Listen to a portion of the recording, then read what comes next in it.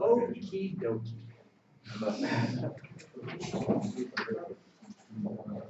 The nature of the Hebrew narratives. Это природа древнееврейских повествований.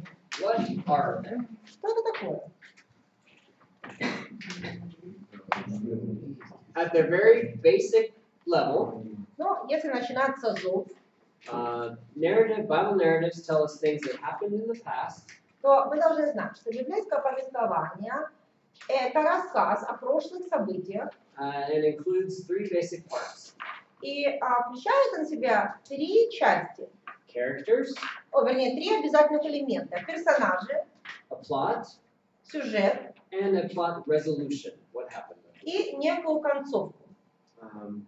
They're purposeful stories which retell the historical events of the past. То есть это как бы истории, рассказанные с целью осветить события прошлого. And they're intended to give us meaning and direction today. Но они пишутся для того, чтобы сегодня нам указать на некий смысл и как бы показать правильный путь. 1 Corinthians 10, Paul says that the things that happened to Israel were written down as an example for us. 1 Коринфянам 10 глава Павел пишет, что то, что было написано, да, события о жизни Израиля, написано как пример для нас. And were written down as a warning for us. И еще как предостережение. So they do teach. То есть эти истории нас учат. But the question is, how do they teach? Вопрос в другом, как именно они нас учат. We need to be careful what we take as a lesson and what То we есть don't. нужно быть осторожными, какие уроки ты извлекаешь из этих историй. There are three levels of Old Testament narratives. Существует три уровня ветхозаветных повествований. So let's look at those. Давайте рассмотрим.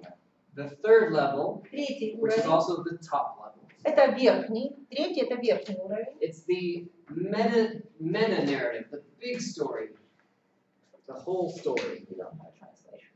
Okay. Это общая история. And we would say the big story, the most important story. Это самая главная история. Главная история. It's God's universal plan throughout His creation. Главная история – это замысел Божий по отношению к своему творению, как бы на протяжении всех времен. Key aspects of that are creation, То есть ключевыми моментами в этой главной истории является сотворение мира, the fall of man, грехопадение the power of человека, sin, сила греха, the need for redemption, необходимость в искуплении, нужда Christ's life and death, жизнь и смерть Христа. the big parts of the story. То есть это вот такие ключевые моменты этой истории. This is what the whole thing's about. То есть, по сути, все остальное вертится вокруг этой одной истории. And we're talking about three levels of any Old Testament narrative story. А мы сейчас говорим с вами о трех уровнях любой ветхозаветной истории. The second level Второй уровень is the big picture, but it's the big picture of the specific covenant you're in, the specific testament you're in. это общая картина, но относится она именно к конкретному завету. In the Old Testament, we're talking about the covenant with Abraham to create a nation. В Ветхом Завете это был завет Бога с Авраамом о том, что он создаст народ. God's story through Israel, how he got to Christ. Это история Бога, которую он творил через Израиль, приведшая к приходу Христа. Redeeming a people for his name.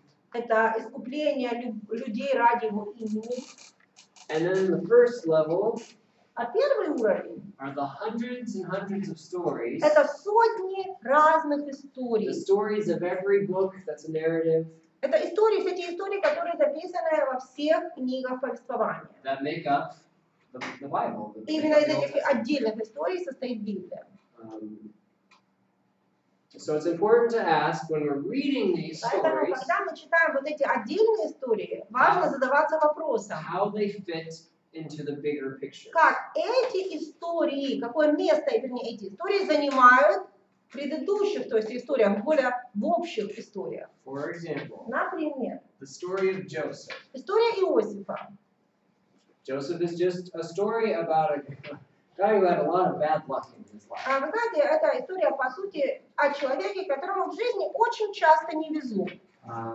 It's a story which does not illustrate parents, the danger of parents having a favorite child. Эта история написана нам не для того, чтобы показать, как опасно, когда у родителей есть среди детей любимчики. It's not a story to tell us how to get back at your brothers when you finally become king of Egypt. Эта история не о том, как нужно вам будет отнестись к своим братьям после того, как вы станете египетским царем. When we read Joseph, we should be thinking bigger. Историю об Иосифе нужно стараться мыслить более масштабно. How does Joseph fit into the Old Testament? Как вообще персонаж Иосифа вписался в ветхозаветную историю? Личность это как вписалась? Какую роль сыграла? Give me some hows. Скажите мне мысли свои. Right, it's part of the story of Israel becoming a nation. То есть это часть истории о том, как Израиль формируется в отдельный народ. What else? Еще. Времена Иосифа был показан как тот, кто позаботился о нем, когда он туда пришел. Okay, how God took care of his people in Заботился о своем connection to народе. building his nation. Опять-таки в связи с тем, что он собирался именно свой народ построить, сделать свой народ. We're on number 2. Мы сейчас на второй пока смотрим. How Как does ветхом, Joseph fit into the big picture of the Old Testament? как, в общем, мы говорим, как личность Иосифа вписывается в общую историю Ветхого Завета. Well, if it wasn't for the story of Joseph, Israel would not have been in Egypt. Если бы не история об Иосифе, не очутился бы Израиль в Египте. If Israel had not been in Egypt, we would not have the story of the Exodus, Если бы не очутился Израиль в Египте, не было бы истории об исходе, which led to, of course, the Old Testament law, который привел нас к ветхозаветному закону, which led to the nations of Israel, the nations, the 12 nations, который привел к 12 народностям или 12 коленам, from whom Jesus came, from the tribe of Judah. из которых вышел Иисус, из колена Иудина. So we read a story like Joseph, we need to be thinking bigger. How does this fit into the Old То Testament? есть история Иосифа мы когда читаем, давайте вот так вот масштабно мыслить, да, как эта личность вписывалась в историю общего Ветхого Завета. But to think even bigger than Но that, нужно how does научиться Joseph fit in the story of the Bible? еще обширнее, как личность Иосифа вписывается в историю всей Библии. Как Бог в отношениях ведет к славе с помощью испытаний.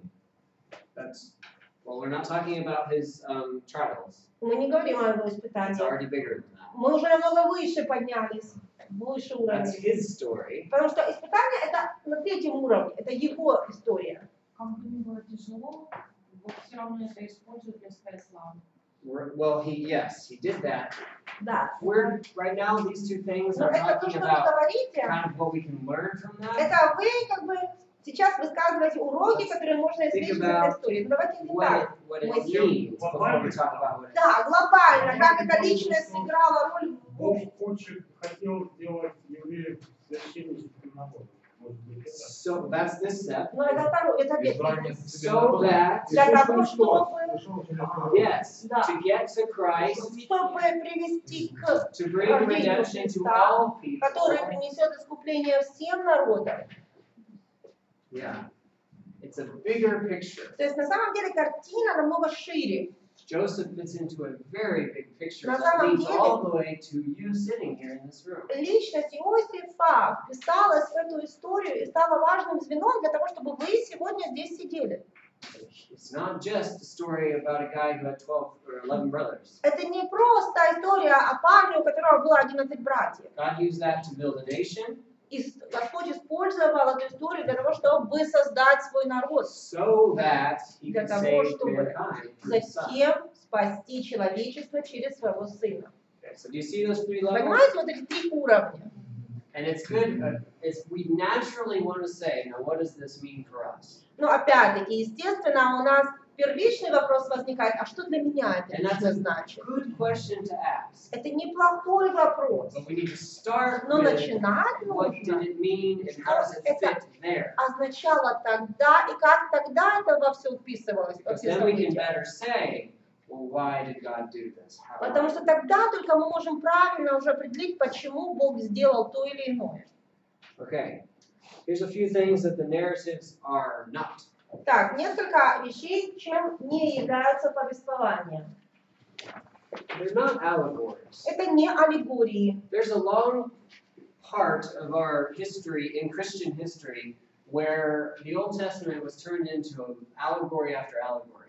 Знаете, на протяжении христианской истории, на протяжении длительного периода, что происходило с Ветхим Заветом? Брались какие-то истории из Ветхого Завета и говорилось, что и тут есть аллегория, и тут есть аллегория. Ну, в общем, во всем аллегория. What is an allegory? А что такое аллегория?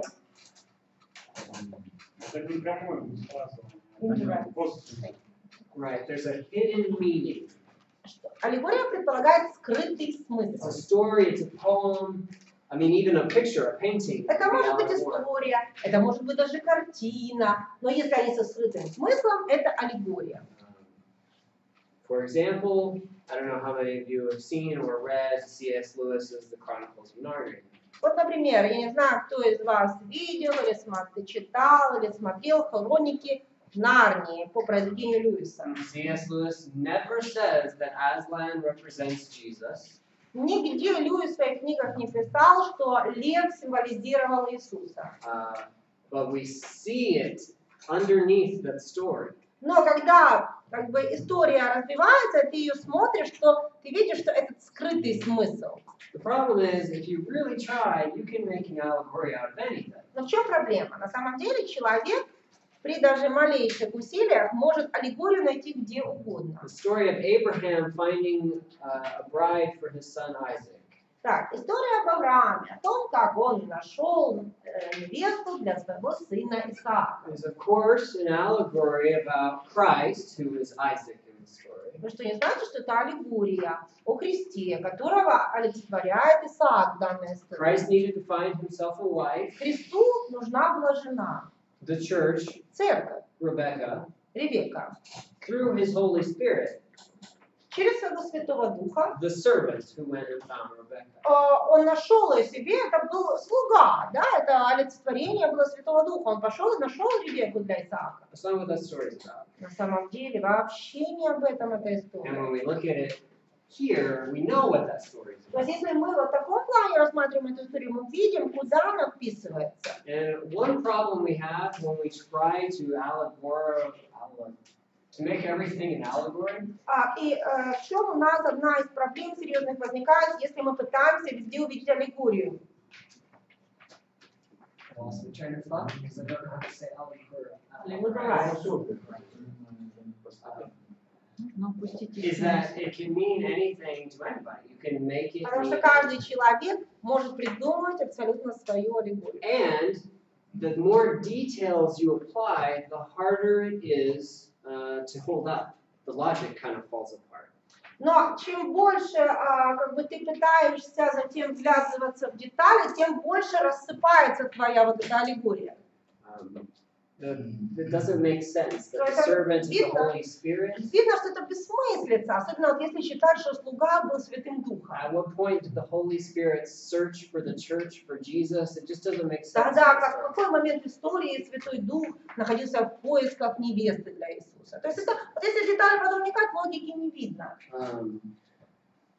The narratives are not intended to teach moral lessons directly. Повествования не призваны напрямую учить нас нравственности или нравственным урокам. That is, they weren't written to teach. They're history. То есть они писались не для того, чтобы научить, потому что они писались просто как описание исторических событий. However, they do teach us, of Но, course. тем не менее, они нас, конечно же, учат. But that's not where they started. Но That's not поймите, where что they не were ради at. этого они писали. То есть они не писали как учебники, чтобы нас But of научить. course, like Paul says, these were written to us as examples. We Но, could take как examples. Павел говорит, они написаны нам в качестве примеров, то есть мы для себя там можем черпать примеры. we can learn from them. Мы можем на них учиться. We're talking about our starting point. How do we understand them to begin with? Мы говорим о пункте начальном, да, как нужно начинать их понимать. Here are some principles for interpreting the narratives. Есть некоторые принципы толкования повествования. I'm just going to be listening them to you. They're not going to be. Я сейчас вам их перечислю, на экране их не будет. They do not, we just said this, they do not easily directly teach morality or doctrine. Первое, это мы то, что уже сказали. Как правило, повествование напрямую не учат морали или учению. Напрямую не учат морали или учению. As we've said before, our tendency is just to flatten the whole Bible as one long command or one list of commands, and everything's for us. Я уже говорила вам, что у нас есть такая тенденция, так взять Библию, как бы ее сжать в одну книгу и сказать, это просто свод правил для нас, и все, и для меня это именно относится все. A story, a history, isn't necessarily to teach doctrine, it's just reporting what happened. Историческое событие описывается не обязательно для того, чтобы научить нас какому-то учению. Это просто нам просто рассказывается о том, что произошло в прошлом. Okay, the second one Второй принцип. is they do illustrate truths that are taught or directed elsewhere in Scripture. Повествование иллюстрирует те истины, которые можно найти сформулированными в других местах Писания, или которые сформулированы в других местах Писания. David and Bathsheba was not written so that we would learn adultery is wrong. История о Давиде и Версавии была написана для нас не для того, чтобы мы узнали, что прелюбодеяние это плохо. We know that's wrong because God said it was wrong. Мы знаем, что прелюбодеяние это плохо из-за того, что Бог сам так говорит. But it illustrates the Но эта fact история that it's a bad thing. проиллюстрировала нам, что прелюбодеяние это очень плохо. But the text never says, and David did wrong by committing adultery with Но Bathsheba. вы не найдете там в истории этой такой формулировки, что Давид согрешив тем, что вступил в связь с Версавией. We know that was wrong Мы знаем, because что это God был грех, commanded us not to commit adultery. потому что Бог заповедует нам не прелюбодействовать. Number 3. Третье. Is everybody good? Все успевают записать? Нет. Второй не успел. Иллюстрируют те истины, да, что Которые сформулированы в других местах Писания.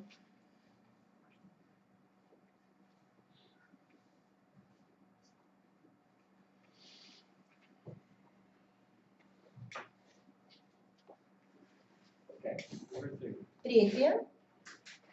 Narratives are simply records of what happened to tell us what God did in history. Повествование – это описание того, что произошло в прошлом, что Бог делал в истории. Описание того, что произошло в прошлом, что Бог делал в истории.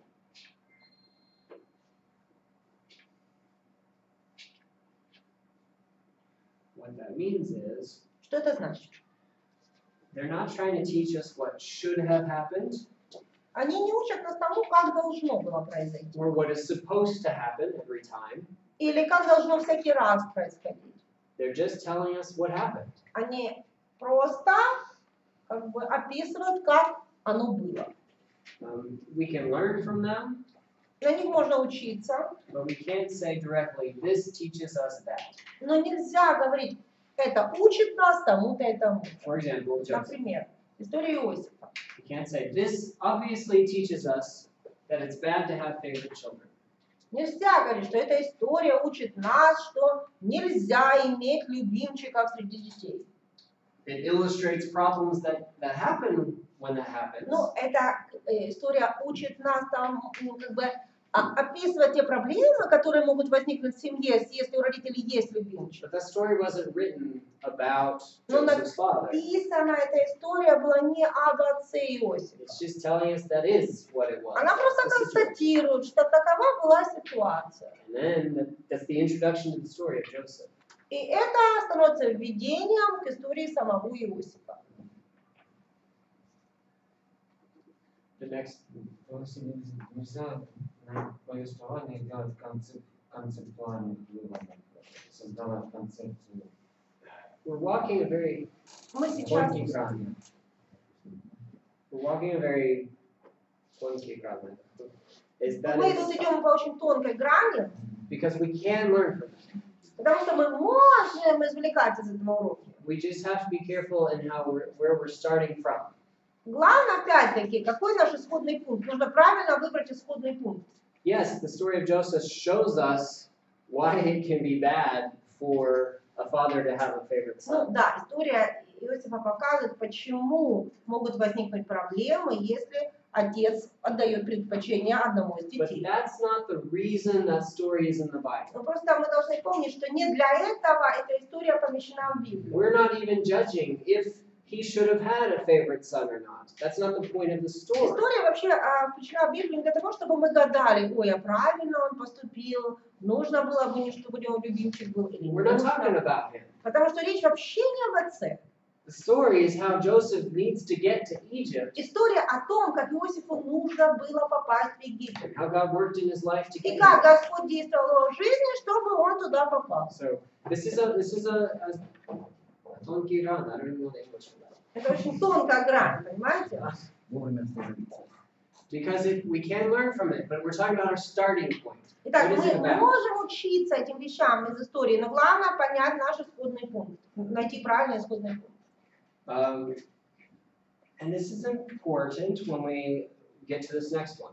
И очень важно, это очень важно, когда мы подходим к следующему моменту. They were not written to answer all of our theological questions. Эти истории были написаны не для того, чтобы дать нам ответ на все наши теологические вопросы. Итак, эти истории написаны не для того, чтобы дать нам ответы на все теологические вопросы. We just mentioned Joseph. Мы упоминали Иосифа. What about the story of Rahab? А как насчет истории Раав? Many people use Rahab to either ask the question or answer it about lying. Is it ever okay to lie? Значит, что многие люди используют историю Раав в связи с вопросом, а можно ли в определенных обстоятельствах говорить неправду. Because she lied Она and sent the солгала. soldiers off into another direction. И отослала солдат по ложному следу. I was in a small group Bible study where that was Однажды talked about for way too long. Я находился на небольшой группе изучения Библии, где слишком долго мусолили именно этот вопрос. Because Rahab is an example of how it's okay to lie sometimes. Потому что Раав пример того, как иногда можно говорить неправду.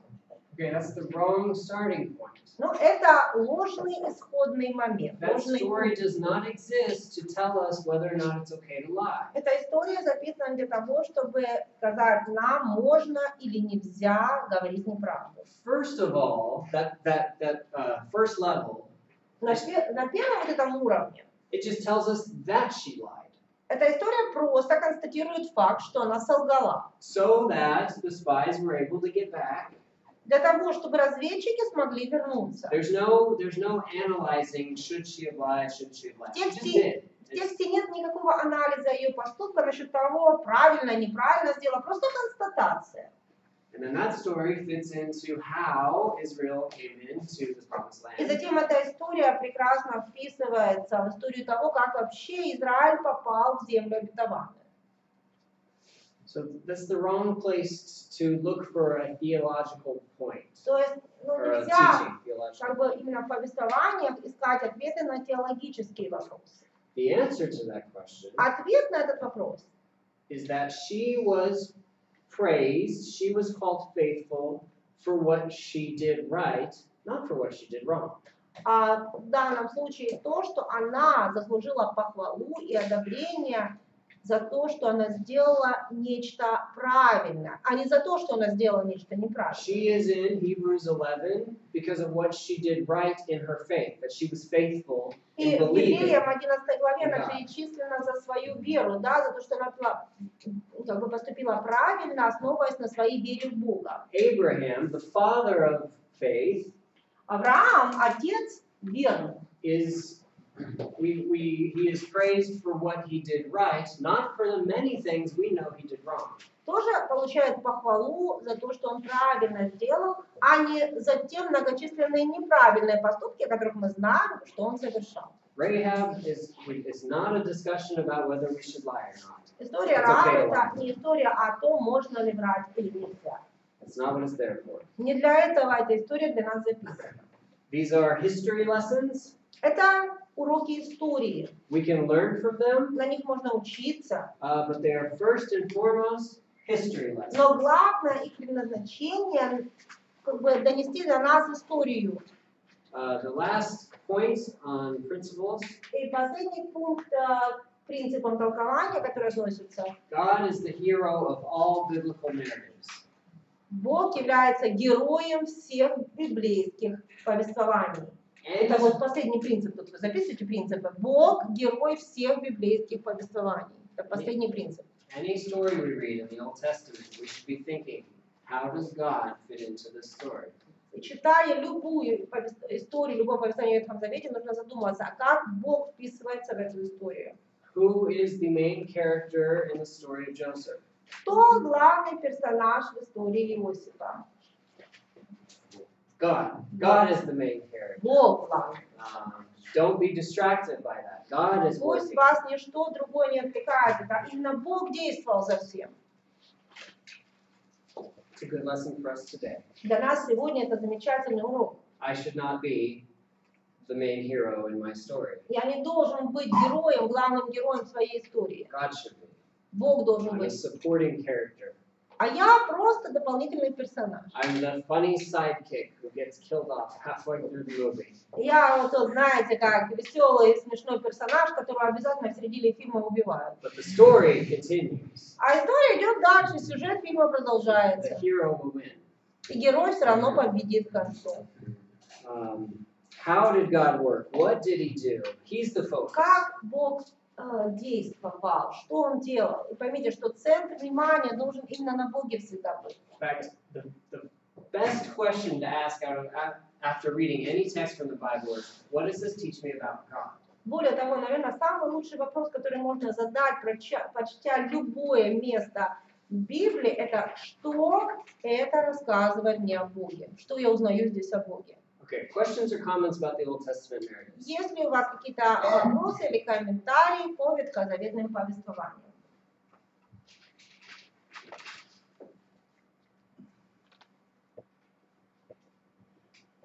А вот есть список этих исторических книг Ветхого Завета.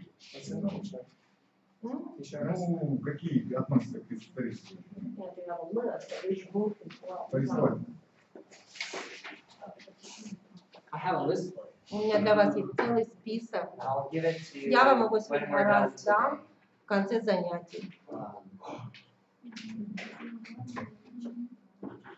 Okay. So next up in the order of the Bible is what kind of literature? What Так, genre? следующий шаг, вот если мы говорили сначала о повествовании, как о жанре библейском, следующим какой будет жанр? Вот запомнил. Right. Правильно, The law. закон.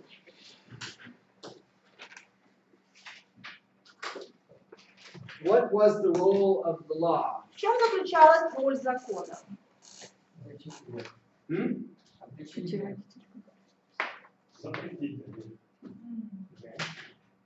We're kind of already thinking about it from our point of view. Смотрите, вы уже вкладываете свое понимание, да, вот. Что, с чем у вас закон сразу ассоциируется? Выделить народ Божий. Они были совсем новые, они вообще не знали, что и как им делать. Нужно было с нуля научиться жить. И он им дал, как бы, так делать, так делать. I've heard that to be a nation, you need three things. Вы знаете, я слышал, что для того, чтобы люди стали одним народом, им нужно три вещи. First, you need a people, because Сами люди нужны, да, народ you нужен. can't have a nation without И people. нельзя иметь народ, если людей нет. Second, you need a land, like they have to have a Второе, place to нужна live. земля, народу любому нужна земля, чтобы они стали нацией. And the third is that they need a law. И третье, нужно, чтобы у них был закон какой-то, Something законодательство. that everybody says, this defines us. То есть это то, когда все люди знают, что вот мы такие, мы так живем. So what did the law give to the Israelite people? Итак, что закон дал израильтянам? Hmm? Аминь. Identity.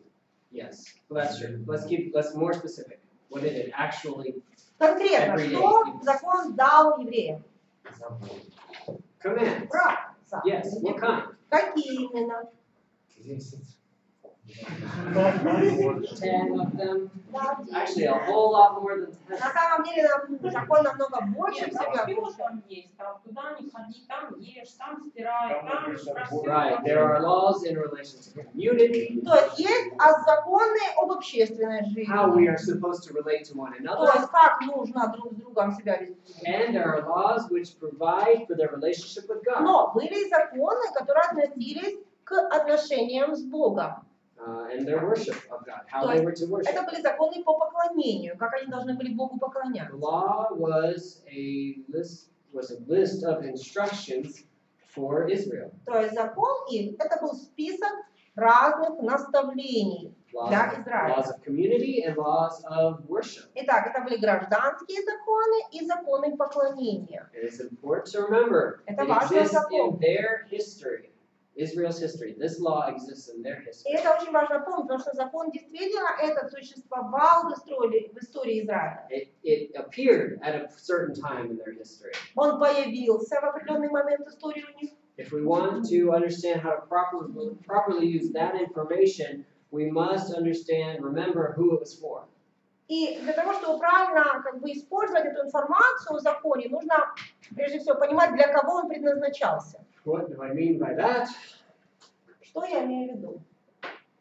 Christians and the Old Testament. Следующая наша тема – христиане и закон Ветхого Завета. The Old Testament covenant is not for us. Завет,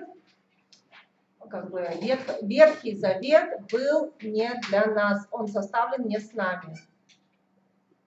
But unfortunately, we too often treat it that way. Но, к сожалению, иногда мы ведем себя так, как будто мы под ним. We say, for example, Например, можно услышать, как мы говорим: yes, we live under a new covenant. да, мы живем по Новому Завету, We are free in Christ. мы свободны во Христе. Is that a tattoo you have on your arm? Those are sinful. У тебя что, татуировка? А ты что, не знал, что это грех? The Bible says in the Old Testament that's a sin. Библия в Ветхом Завете говорит, что это грех. Wait, I didn't think we were supposed to follow the law. Так ты же говоришь, что мы не по закону живем. Well, we don't have to follow the Но law. мы не обязаны по нему But жить. God shows us what He wants from us in the law. Но в этом законе Бог показывает нам, что Он от нас хочет. Now, we've already talked about where that logic leads us. Но мы с вами же говорили о том, куда может завести нас подобная логика. If you are shaving, you don't really Вы believe that. бреетесь, значит, на самом деле вы не верите в то, что только что я сказала. We get a little choosy about what we learn about God from the Old Testament and Начинается what we вот эта don't learn. выборка, когда человек сам выбирает. Вот это мне нравится из Ветхого Завета, а это не нравится. Haircuts, Стрижки, circumcision, обрезание, eating pork, употребление свинины eating shrimp, и даже поедание креветок. wearing clothes made from different kinds of fabric. А более того, ношение одежды, которая сшита из разных видов тканей. I hope you are all wearing clothes that are made from 100% of something. Я очень надеюсь, что на вас сейчас одежда сделана из только одной ткани. There are so many things we do not practice in the Old Ведь Law. многое мы не берем из того закона. And the reason why is because we are human. Почему? Потому что мы люди. And we are creatures of contradiction. Мы с вами такие творения очень противоречивые. And we will always be. Всегда будем такими. But our goal is to try and be consistent. Но цель, к которой мы должны стремиться, это быть все-таки последовательными, а не противоречивыми. So a question I want you to write down in your notes. Поэтому запишите сейчас у себя в тетрадях вопрос. Maybe write it on your forehead if you need to. Хотите, на лбу у себя напишите. What testament am I living in? Под каким заветом я живу? If you really believe you are a New Testament Christian, Если вы искренне верите, что вы новозаветный христианин, you cannot push the Old Testament вы не on можете yourself or each other. навязывать Ветхий Завет ни себе, ни кому бы то либо еще.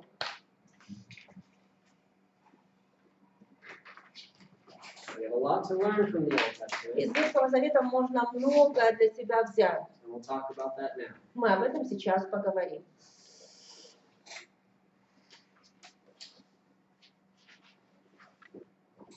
There it is. There's 5 thoughts, 5 guidelines in how to understand the Old Testament. 5 принципов понимания Ветхого Завета. The first is that it is a law, is a covenant between 2 parties, and we're not one of them. Ветхозаветный закон — это было соглашение между двумя сторонами, и мы не являемся ни одной из этих сторон. I am an American. Я американец, I live in Ukraine. живу в Украине. As an American, I am required by law to have health insurance, personal health insurance. В Америке по закону я обязан иметь медицинскую страховку. Therefore, all of you must have personal health insurance. А значит, и каждый из вас должен иметь медицинскую страховку. Is that logical? Логика правильная? Или вообще логично такое заключение? Раз я должен в Америке, то и вы здесь должны. No. Нет, не логично. That's my law. Это мой закон. That is a covenant between the United States government and me. Это как бы завет между правительством США и мной. Could you learn something from that? Вы можете извлечь ли какой-то урок из этого? Sure. It Конечно. could be a good example for you, could be a bad example. Для вас это может стать как показательным хорошим примером, так и может быть наоборот показательным But отрицательным. it's not your law. Но это не ваш закон, вы не обязаны ему подчиняться. Therefore, under this first point, Таким образом, вот здесь, учитывая этот первый пункт, we should always assume first that we're not supposed to follow a law in the Old Testament. первая наша мысль, когда мы встречаемся с каким-то законом Ветхого Завета, должна быть, что она к нам не относится, что это к нам не относится. First of all, Это первая должна быть мысль о том, что это к нам не относится. if we say, wait, am I supposed to do that? Your first thought should be, То no. есть, если вы читаете какую-то заповедь Ветхого Завета, если вы спрашиваете, это ко мне относится, то ваша первая реакция должна быть не относится. We should assume the rules are not for us unless they've been restated in some form in our То covenant. есть мы должны понимать, что те заповеди того завета к нам не относятся, за исключением тех случаев, когда они повторяются у нас уже в Новом Завете.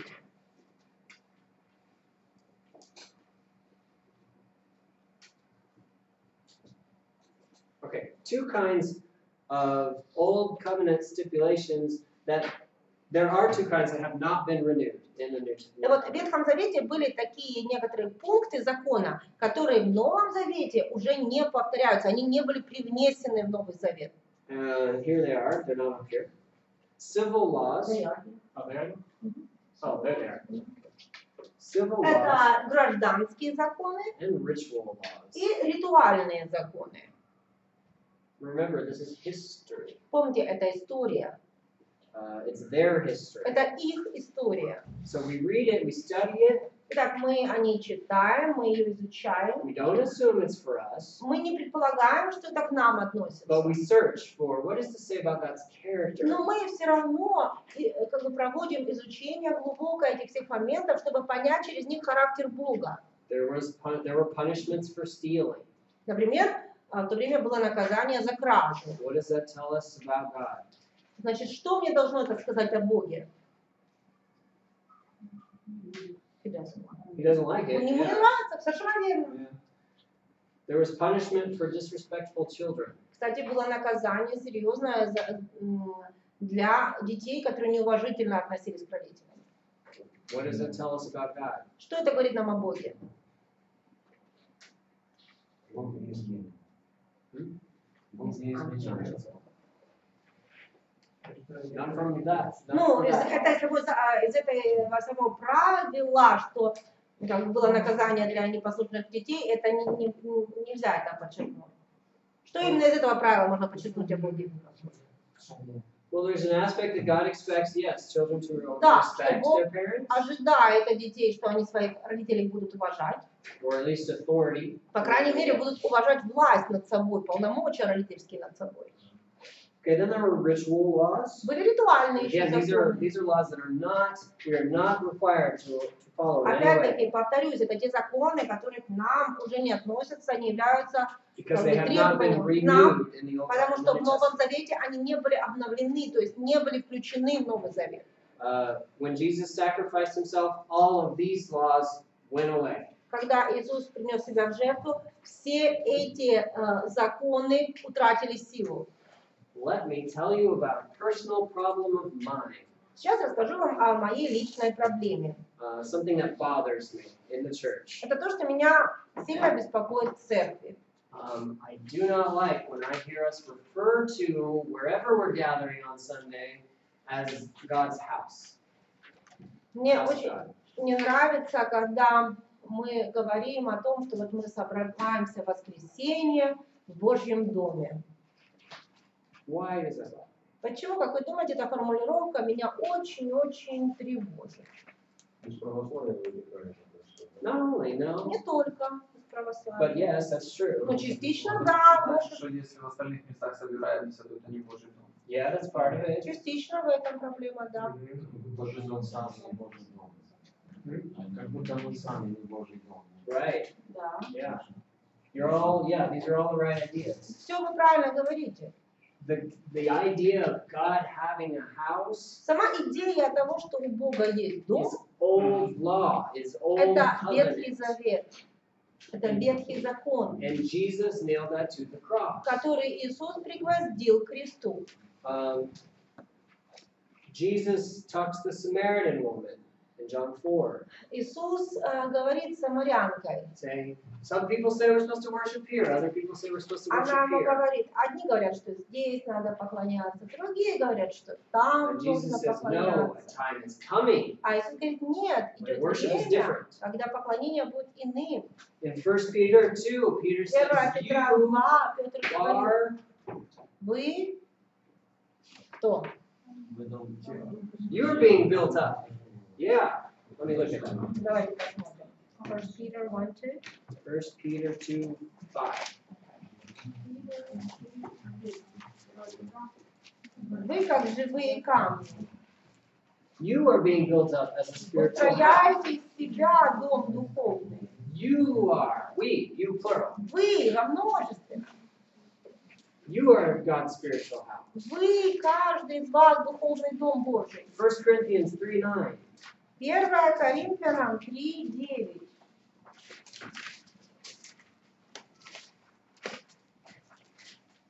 Ибо мы соработники у Бога, а вы Божья нива, Божье строение. What's that last word mean in Russian? Строение. A building. Okay. You are God's building. You. Вы Божье строение. It's not a place anymore. Это уже не место. It is an orthodox concept, a little Да. bit. Это немножечко такое православное понятие. I think maybe it's more just a human problem. Но может быть больше это все-таки человеческая We проблема. wanna put God somewhere where it makes sense. Желание куда-то Бога как бы вот поместить. But when we announce on Sunday mornings that we are in God's house, Когда мы как бы в воскресенье говорим, мы сейчас в доме Божьем, we are forgetting that we are God's Тогда house мы if we're забываем, here, if we're outside. что мы сами дом Божий, где бы мы ни находились, здесь или в другом месте. We start treating the church building a little too special. И тогда мы начинаем к зданию церкви уже относиться с неким особым трепетом. We start getting a little uncomfortable if someone is dirty or drunk who comes И into our тогда нам building. уже неуютно, что в здание зайдет человек грязный или выпивший. It's not God's house. We are Это не God's Божий house. дом, мы Божий дом. The concept of the tabernacle and the law that was nailed to the cross. Это та идея, когда строение было домом Божьим. Это идея скинии, храма, и эта идея была пригвождена к кресту. Yes, Denise. Как объяснить, можно или нельзя есть кровь в Новом Завете? I'm just deciding if we should start talking about it. Я сейчас решаю, вообще следует мне сейчас на этом вопросе останавливаться или нет. The short answer is, Короткий ответ. I do not think we're supposed to follow that. No, To follow. to follow that. I think we can Я не думаю, что мы сегодня должны следовать этой заповеди, то есть я считаю, что человек может. Remember, the first reaction is that was part of the old law. That was not for me. А помните, первая реакция должна быть, это была часть Ветхого закона, значит, она не должна ко мне относиться. I know А я that we знаю, have some что stories in есть the New Testament история в Новом about that, Завете but по let's этому not поводу, get there yet. но мы еще к этому не подошли. Хорошо? А если, например, вот какие-то пункты в Ветхом Завете, которые, понятно, они к нам как законы никак не относятся, но мы знаем по медицинским разным исследованиям, что вот это хорошо. Мы моем руки, потому что это, в общем-то, не из-за того, что это написано, но это было написано еще тогда. That's, I think, И an то же excellent point. самое свинина, да, Замечательно. это единственное мясо, которое не избавляется от некоторых там листов, извините, что бы с ним ни делать, например. I think that's exactly what I'm trying to say. Мне кажется, это именно то, к чему я веду, что я пытаюсь сказать. We don't wash our hands because God commanded them to wash at certain times in the Old Мы Testament. с вами So моем why? руки не потому, что Бог заповедовал так в Ветхом Завете. We wash our hands because we know that it is healthy for Мы us. моем руки, потому что мы знаем, что это здоровая практика. And from a historical point of view, yeah, God was teaching them a lot about sanitation that other people И didn't know. если говорить исторически, то действительно в своих законах Бог их очень учит много нормам санитарии. So we can learn from those things. То есть, это, зная этих примеров, можно Take an учиться. example from those То есть things. брать для себя пример из них. But the moment I say you are not a Christian if you do not wash your hands before you eat, Но в тот момент, когда я кому-то I скажу, forgot what ты не testament. христианин, если не моешь руки перед едой, то я уже забываю, под каким заветом я живу. That's a good way to Очень kind of хорошая. show what we're talking, the Вот difference. хороший пример, чтобы показать разницу. Yes. Идея Дома Божьего появляется уже вот изначально. Это где Иаков спит и видит сон, и потом объявляет, это ничто иное, как ветви, Дом Божий. А до того нет такого. С того места начинается, да, Дом Божий. Ветви. No, I don't. Yes, No, I don't think so. Вряд ли. I mean, the idea of giving God a house didn't even come until the tabernacle. Идея того, чтобы построить помещение, где Бог бы жил, появилась уже с момента строительства скинии. Which is kind of another interesting thing. Until that time, it was Интересно, just me and my family and our relationship with God. мысль до этого воспринималась все иначе, то есть был я, моя семья, и мы общались с Богом. We built an altar where we Мы were. строили жертвенник, где бы мы ни находились. Yeah. Okay. Where are we? Это break. Where we could make it break.